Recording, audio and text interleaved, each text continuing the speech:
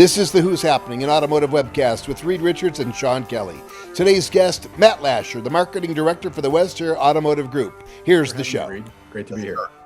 Now, you work in Buffalo, so the obvious question is, will the Bills ever win a Super Bowl?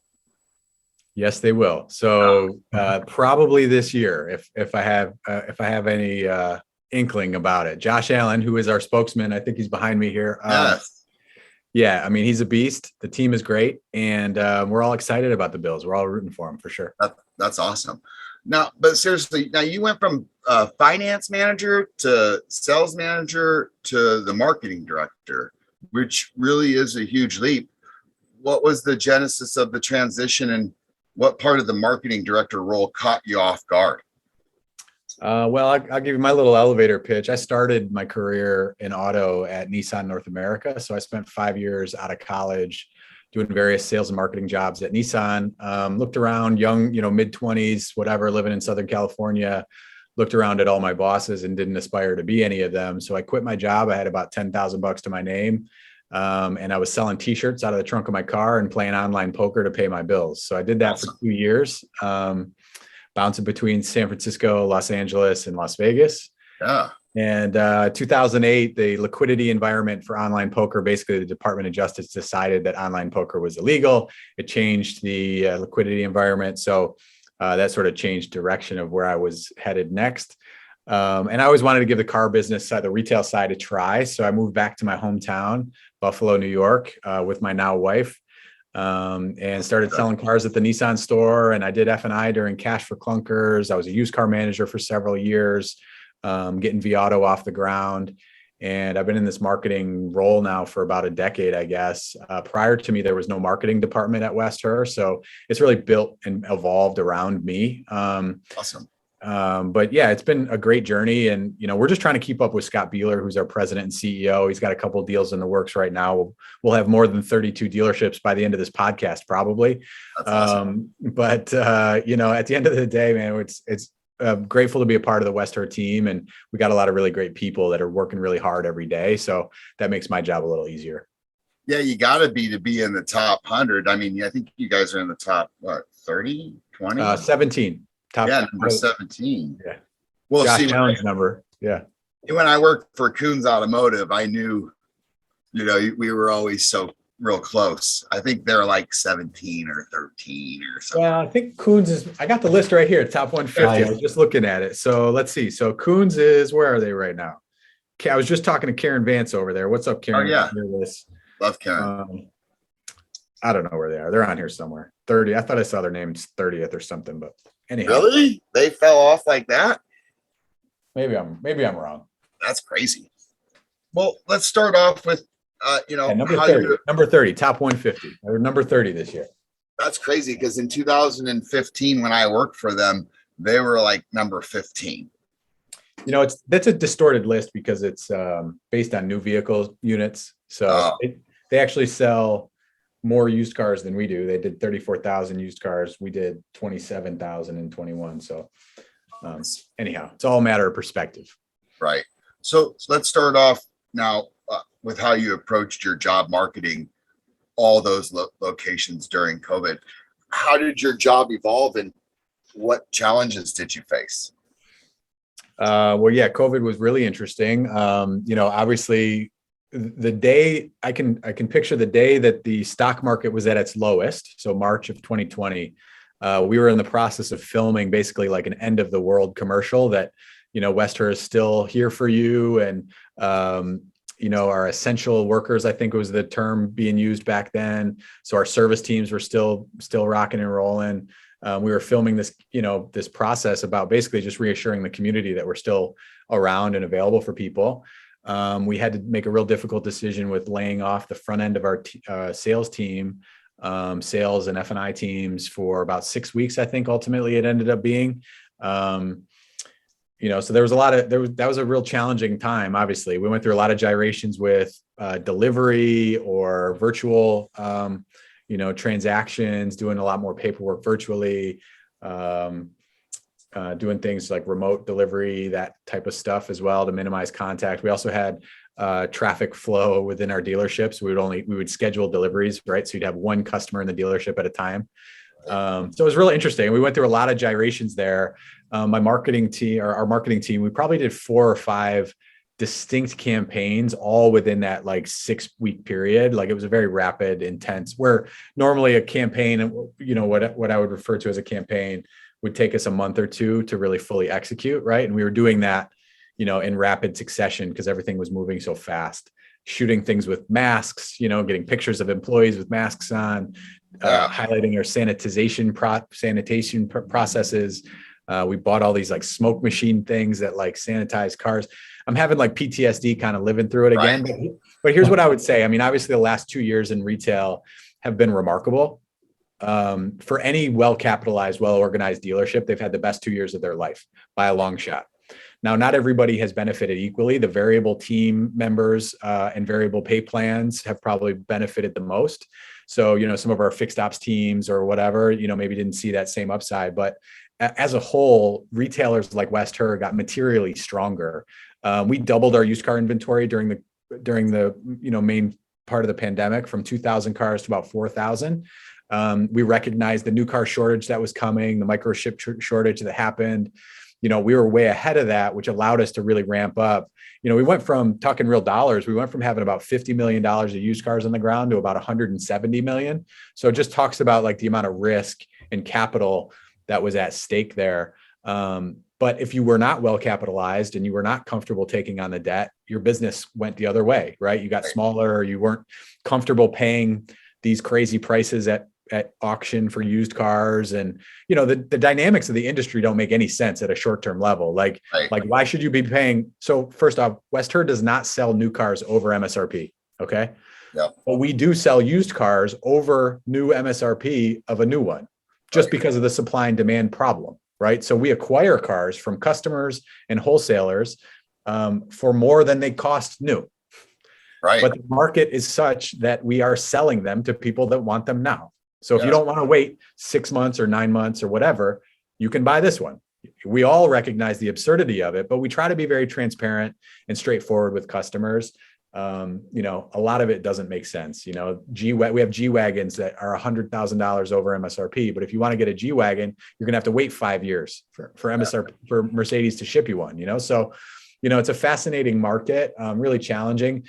The biggest change I've seen right now is, I was talking to one of my stores yesterday about, we have to sell the car multiple times. So we sell it today. So Reed, you come to West Herr, I'm going to sell you a car, but you're not going to take delivery for 6 weeks, 8 weeks, 3 months, 6 months, depending on the car. So now I'm going to keep you updated along the way, resell you during that 3 months. And then when the car comes in, you're going to drive it, make sure you still want it. I'm going to sell you again. So I have to sell you the car 3 times. So, it's been trying on our teams in that regard, a lot of juggling and trying to be creative and find different options for people. With all that said, I think that's the perfect segue to tell us about a software you guys developed called Streamline Automotive Solutions by West Herr Automotive Group. From what I can see, it may be the single most efficient inventory match solution on the planet. How does it work and what problems does it solve? For sure. So at the most macro, we're addressing consumer affordability issues. So that could be tough credit. It could be somebody with negative equity. It could be somebody buying a third car for their household with a real specific budget constraint. It could be a perfect credit customer getting their first job out of college buried in student loan debt. All of these types of people have very specific budget constraints that they're trying to stay within or need to stay within to get an approval. So Streamline is a budget calculator and a vehicle selection tool. That's it. It makes people at the dealership faster, smarter, and allows the process of selling a car to one of those challenged conditions easier and more understood by both sides, dealership employees and customers. So it's been a really effective tool for us over the last couple of years. It really helps preventing, like at a practical level, it helps preventing selling too much car or selling the wrong car that's never going to get approved. And that creates a lot of friction and frustration in the sales process, right? So by using a tool like Streamline, where you align customer affordability parameters to lender guidelines, it makes everything really smooth and easy. So it's been great. we built it as an internal tool for us. There was no intention to take it to market, but because we're just so passionate about the product, we couldn't help but be like, I think some dealers in the country might like this thing. Why don't we talk to them about it? Yeah, now we have clients all over the country, and it's really been an interesting process, evolving into what some might say a technologist or a software business. But yeah, I mean, you lead the way, right? And I think cool. But what's great, dude, like I talk all the time about sometimes dealerships are beholden to their technology partners. I think that's a really interesting point. That's not always aligned. So technology partners are often trying to minimize R&D, right? Because they have continuous cash flow, whatever. Like as long as they're not disrupted, as long as their product's not getting disrupted, they don't need to innovate.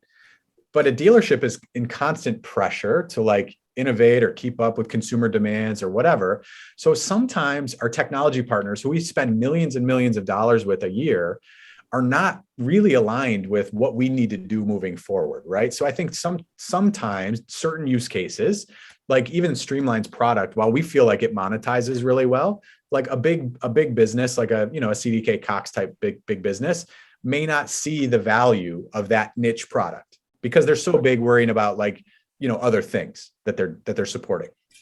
Right. Yeah, it's crazy how car motivators, we do a lot of consulting and coaching for a lot of tech companies, and this was before we did that. I wasn't familiar with the term tech debt, but it's crazy how the more consumers or the more dealers a software vendor takes on in automotive, but this is exclusive to automotive.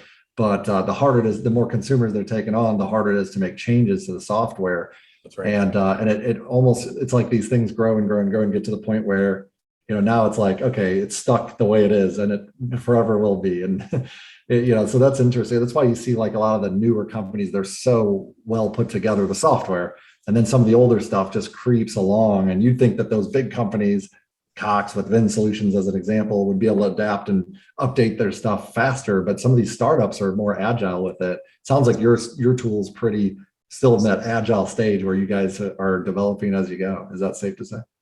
Yeah, man. I mean, you're spot on. Obviously, when you have $100 million of recurring revenue, you're pretty conservative with respect to disrupting the apple cart, right? And and rightfully so, probably, right? Like more than half your users probably don't want the innovation or the brand new thing. So you got to be very self-aware, I think. My observation is the biggest tech companies in automotive are really more customer service companies. They're not really investing in product and R&D at this point. They may end up acquiring dealerships, right? They're kind of the gravity or the black hole, acquiring all the startups that, find a niche and find some success. ACV is an interesting story. ACV Auctions was founded by a West Herr salesperson and a couple other people.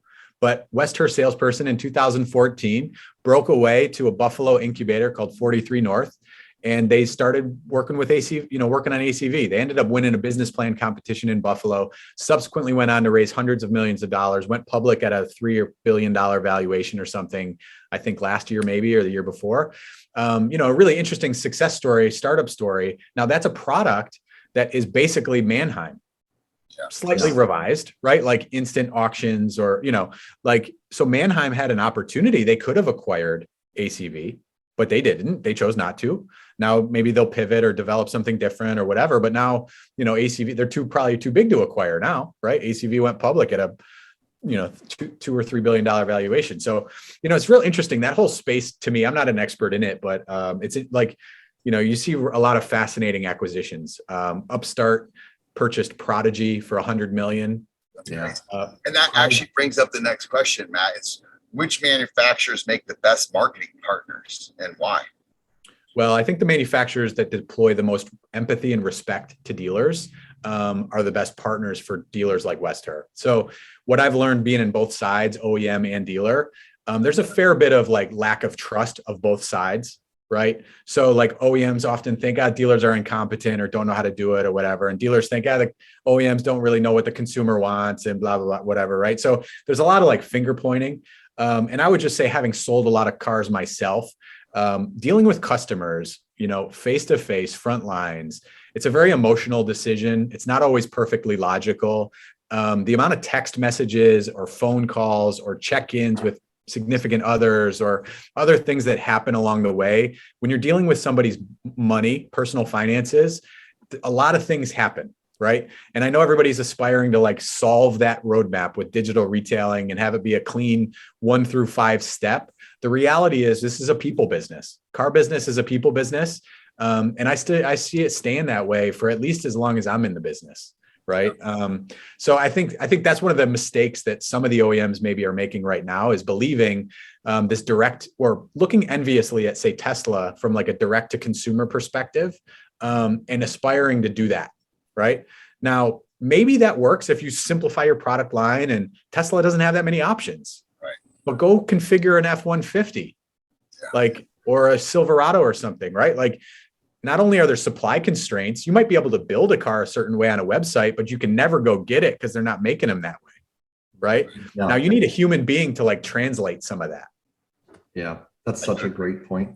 And you know what, too, I'd like to speak to the dealer side of that, Reed, because, you know, on the other side, I think dealers can make some mistakes as it relates. I'm not saying West Herr by any means. 100%. We make lots of mistakes. We try to own up to them, but yeah. Well, no doubt. But like, you know, I think one of the biggest mistakes as it relates to OEM marketing partners, and I'll just use like a web bolt-on as an example, right? You mentioned digital retailing. It made me think of that. It's like sometimes the OEM will be pushing something that may not, it may be a good solution, or it may be something that your market or your dealership might be able to use, but it's, you know, shopping other partners, right? Shopping other partners that do the same thing might make sense. Sometimes like maybe the bolt-on, the OEM's, you know, deal is $500 a month. I mean, maybe for $1,000 a month, you could get 3 times the ROI. So I think one of the biggest mistakes dealers make is just, you know, taking that OEM, you know, for face value when they're saying, add this thing to your site or whatever, and without seeing what else is out there. Because man, if you take one tool, whether it's digital retailing or anything else, and shop it around, sometimes, I mean, there's a big difference between vendor partners. Do you ever experience that? So I agree with that. I would say it's a nuanced conversation because single point dealers are a lot different than regionally dense groups like West Herr, and we're a lot different than national groups that might be a couple stores per state, or they might have a real regionally dense presence or whatever. But we all have sort of different needs within those ecosystems. If I'm a single point dealer, it's very unrealistic to expect that I'm going to be able to manage, create, update, innovate my website better than maybe the OEM. I don't even know why the OEMs make us do that. I've been a longtime proponent of I believe the OEM site, Toyota.com or Ford.com, whatever, is the best place for a consumer to go to configure their new car. What do I even need my dealer website for? The packages are described better. The pictures are better through the mountains and emotive things at the lake fishing and whatever, you know, and the website overall can be A/B tested by some sophisticated people. And it's one website, not 700 through the dealer network. So I think sometimes the dealers are like lobbed this problem of like, hey, you have to use vendor XYZ, but oh, hey, by the way, your website sucks. Well, no shit, it sucks. You know, like, so sometimes I think it's unrealistic. I mean, bigger groups like West Herr have different capacities to have marketing teams and processes and whatever. But on that note, go ahead. No, go ahead. Well, currently inventory stocks vary from brand to brand, but most are low. Assuming some of your rooftops have more inventory than others, how do you allocate marketing resources to accommodate that dynamic? Well, first, so there's between new and used cars is different, right? So the way West Herr operates, we centralize our used car marketing because we share inventory across the group. So we don't want to compete with each other internally on Google, say, for used car listings or whatever. So we leverage our group site for that. The new car marketing is driven entirely by co-op programs. So the decisions we make based on advertising decisions for new cars is entirely driven by the co-op programs, with keeping in mind these inventory constraints. While yes, it does vary from brand to brand, almost all of them have some element of like a waiting list or whatever right this minute. So I wouldn't say that there's any frontline like inventory supply pressure driving advertising needs, right? And that's where we were coming at it from several years ago. We had oversupply, we had, like discount, it's all price point advertising. And so dealers were like rinse, repeat price point. And then we shifted into like a branding positioning of like why buy and what's great about West Herr and whatever. And so I think the dealers that were able to pivot to that type of why buy type messaging. I mean, even Josh Allen in the background here, we make ads with him that have nothing to do with selling cars. Nothing, right? Like it's just entertainment. He's culturally relevant to Western New York. And by de facto, us connecting to him, that makes our brand likable or humanized or whatever, right? So we get a consideration. So, you got to think a little differently about marketing in today's day and age, where I think some tier two and some, digital partners and stuff, they're still in their rinse repeat price point advertising stuff. And I think that's a mistake. Why should we be like talking about $5,000 cash rebates and things when, well, first of all, those don't really exist, but right. Like lease price point advertising, like why would we do that? Like, what do you mean? Let's talk about features. Let's talk about why the car is great. And with your guys' success, clearly your marketing efforts are working that switch to branding. That question, Reed, maybe you want to bring up like the tier 4 marketing that some of our dealer groups, like the Sansone Juniors Automotive Group over in on the East Coast, they started like a tier 4 marketing program and really focus around branding the salespeople and the salespeople building their following online. It's really neat. They all get their own. I've never heard that term tier 4 before. That's cool. I've never heard that. I always call what we do at West Herr tier 2.5. We're kind of like, we live in that space. But yeah, tier 4 is cool. We do a lot of like humanizing efforts with our social media campaigns and things of that nature. I wouldn't say our marketing is driving the success of the business, though. I would just say our people and our execution drive the success of the business. Really, Team West Herr deserves all the credit. The easiest example to understand is if somebody calls West Herr and we're rude to you when you call, well, it doesn't matter who's on the billboard for West Herr. It doesn't matter what we say. They just got a negative impression from your company because what do you want? I want to buy a car. Right. So execution day in, day out. We live by this sort of simple principle that when we screw up, we say we're sorry and we try to make customers better than even. Right. So it's a real simple framework to just understand that we're not perfect. We got to be accountable to our behaviors. Right.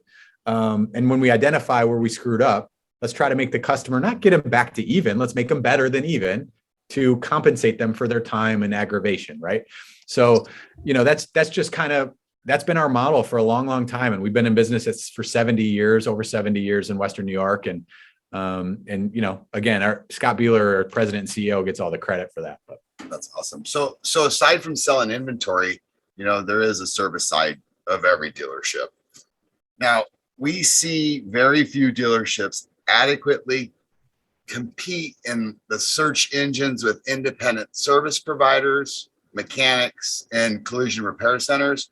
Why do you suspect that to be the case? And what's your approach to marketing the same services in your DMAs? I'd suspect if you audited us, we'd probably fall into that bucket as well. I would say, though, our fixed ops team largely doesn't have a desire to advertise due to limited capacity. So at any given time, we have an aging workforce, 450 technicians, something like that. We've invested heavily in schooling and programs to build out a pipeline of technicians. But right today, I could hire 40 technicians, right? So between warranty work and internal used car work and walk-in customer pay work, the teams have largely all you can eat with respect to the business that they can take advantage of. So, this idea of like having a loss leader or like, going toe to toe with like some bleeding, oil change coupon thing or whatever, it's just not something that's largely been desirable for our fixed ops team. It was for a very brief time during COVID when people were like real nervous about getting enough activity, right? We got to keep our fixed ops team busy enough so that we can pay our bills. Right. And it was a challenging time because I said, look, if there's no fish in the pond, it doesn't really matter. Miles driven was down during the early part of COVID. So collision shop business was down. The desire or need for tires and brakes was down. The desire and need for oil changes and routine maintenance was down. So you can't do anything about that. That's macro climate. I'll also say, fixed is a huge part of a dealership's profitability, typically 50 to 60%.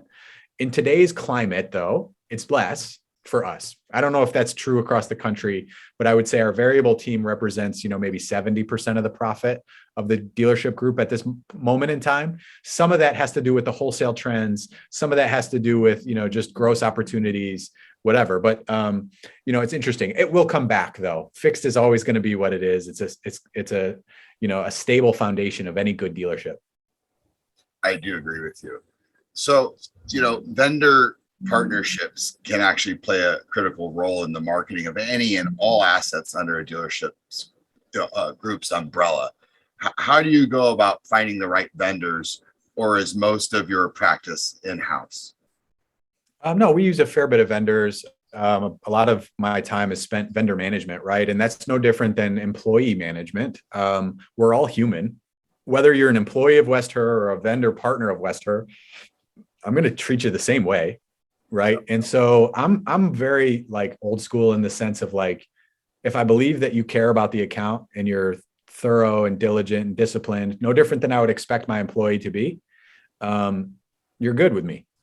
But if I believe that you're coasting, taking advantage, not treating West Herr with the credibility it deserves or the respect it deserves, whatever, then you're probably going to be out of luck soon, right? So that's kind of, for me, it's all a people game. And, I switched companies from a reputation management service to another one, only because I liked the founder of the other one. Shout out to Matt Murray, Wide Whale. But I switched from some other company that was arguably the same. It was basically the same fee. They do the same thing. Right. But I switched because I valued him as a person. I enjoy his startup story. And that's why I changed, right? So I wouldn't even go so far to say the other vendor did anything wrong. Right. It was just the people connection was stronger for this other partner. So, that's a big driving force for somebody like me. Awesome. Yeah, especially at scale. Yeah, I'd like to throw something out there at that one. Matt, that's such a great point. I love what you said too about them, coasting versus like giving it your all. I had a coaching convo with the dealer on this topic because he was really struggling with a few of their vendor partners. And it led to we came up with a vendor vetting process. So we came up with like 11 questions to explore when you're either vetting a vendor or you want to take a look at some of the vendors you currently have. So like a few of the questions are, number one, like, can you give me a solid example of when your company put its dealerships ahead of its own well-being? A lot of times, a company will do that, especially with like what happened with COVID. I feel like that was an opportunity for vendors to really step up and do something. And then another one, like if you found information that would help and benefit the dealership, but potentially get you fired, how would you handle it? That's another one, a good one that we came up with that from that convo. And then this one's important too. I think a lot of the best, and I'm not saying this is the case in every situation, but just like your guys' software, who develop, I think the best tools are often developed at the dealership level by the dealership people. So I like to ask who developed your software systems and processes, and what was their track record for success on the showroom floor? And then you can kind of find out from there, were these people that really understand the car business? So Sean, I really like, those are all cool questions. I really, really like that. I will draw a parallel though to like hiring people and interviewing people. Sometimes people interview really well. Yeah. Yes. And then they're duds. Yes. And sometimes people interview terribly and they are the best employees, best teammates, best people ever. So, it's so funny. I'm way more interested in trying to just make that human connection and then give people a chance. And then I want to be accountable to myself too. Like if a vendor partner's failing, like, have I not done what I needed to do to like help that connection? At least be honest about it or vulnerable about it. Because sometimes I think in our business, egos get in the way a little bit, or like a brand new, general manager gets appointed to a store or whatever, and they want to do it their way. And, they're determined to make a mark, and then so I don't know, like a lot of different ways to approach the business, I think, but we're all human. Like, and I always circle back to that. Like at the end of the day, we're all just trying to, add value, do good. We got a great industry to work within. And, respect is a thing that everybody's owed, regardless of your financial status in the world. I think that's a really important point, On that, The humility takes you farther than ego in this industry. I couldn't agree more. And I love that you guys have that like humility and vulnerability. You're willing to say, hey, we failed the partner on this one, and the other way around, you're willing to communicate to them, to challenge them. I respect that. Sorry, Reed, go ahead. Yeah. No, that's okay. It was the next question. It was, what software do you favor? Like, is there like a category you want me to talk about, or just? I guess just generally, is there a favorite for sales? Well, I mean, I got a little bit of a bias with Streamline. That's currently my favorite, but Yes. no, I would say, I mean, look, vAuto has done a lot for our used car business, right? In terms of focusing our merchandising efforts and getting us to care about pricing and photos and descriptions and things of that nature. We've been a longtime partner with vAuto, 10 plus years. A lot of criticism of that pricing tool in terms of race to the bottom, but regardless, it has improved our digital merchandising, however you want to slice that. Right. Let me think. Other partners. I mentioned Wide Whale. They're cool. I really like those guys. Dealer Inspire for us. So Dealer Inspire has been a really good partner. I have an awesome major account support rep, Alexa Napolitan, is awesome for me. Like, she's like, might as well be a West Herr employee. And got a lot of respect for Joe Chura and how he sort of goes about things. Darren Haygood over there. So I don't know. That'd be a couple. Is there anything you'd be dead in the water without? Well, I think we're all replaceable. Right. I think it would be hard to do the core business without the DMS. As much as you love or hate the DMS, a big piece of what we do is transmit financial transaction data to and from OEMs, right? And like, that's not an easy task. So maybe a shout out to our accounting and office teams, but so I couldn't really see us not functioning very well without a DMS. But right. What marketing strategy do you employ to attract talented professionals, develop them, and like what percentage of your marketing plan does that involve? So turnover, we're talking about turnover? Just in general, like. Well, there's a lot of ways to look at that. We spend a lot of time and energy in recruiting. We have people responsible for recruiting in sales and variable and fixed. We have a new hire orientation that happens every month where we bring about 100 people or so that are new West Herr team members into, a cultural training day where we learn about West Herr and what we're about and our values and things. We have feedback mechanisms internally, like West Herr Idea, which encourages employees to tell us what's wrong. We have a career advancement thing called West Herr Upward, which encourages employees to raise their hand if they want a new step up the ladder. So I think investing in people and caring about people. We do other cultural things, like Blake Shelton is going to do a private concert for our team this summer. So we have like family picnics and things like that are all part of our culture of caring about our people. Like, we're really legitimately nothing without our team. So, but from a traditional advertising point of view, like, we do some, come join Team West Herr advertising, but it's probably, 10% or less of our total ad spend, I'd think, something like that. So, marketing's changed, of course. Imagine a pie chart, what part would be internet? What would be traditional, outdoor, direct mail, so on and so forth. Yeah, I know that's certainly a hot topic of like, how digital are you, right, in automotive? I'd say we're probably at this point somewhere between 50-50 split between traditional mediums and digital mediums. Buffalo, New York is a pretty traditional, stable, stagnant market. So cost of media is a lot lower than certain markets like, New York City or Miami or Los Angeles or something. So in that regard, the impressions and reach we're able to achieve via television and radio is still pretty significant and affordable within a group of our size.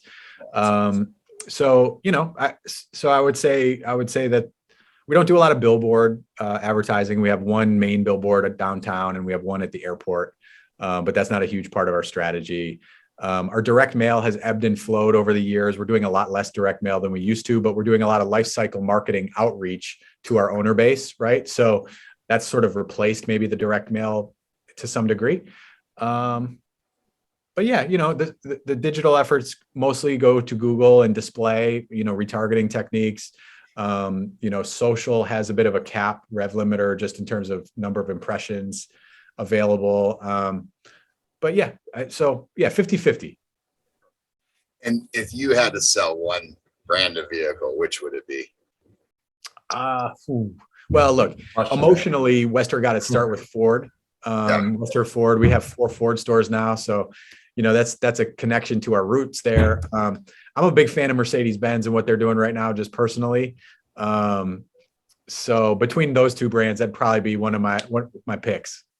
Good choices, man.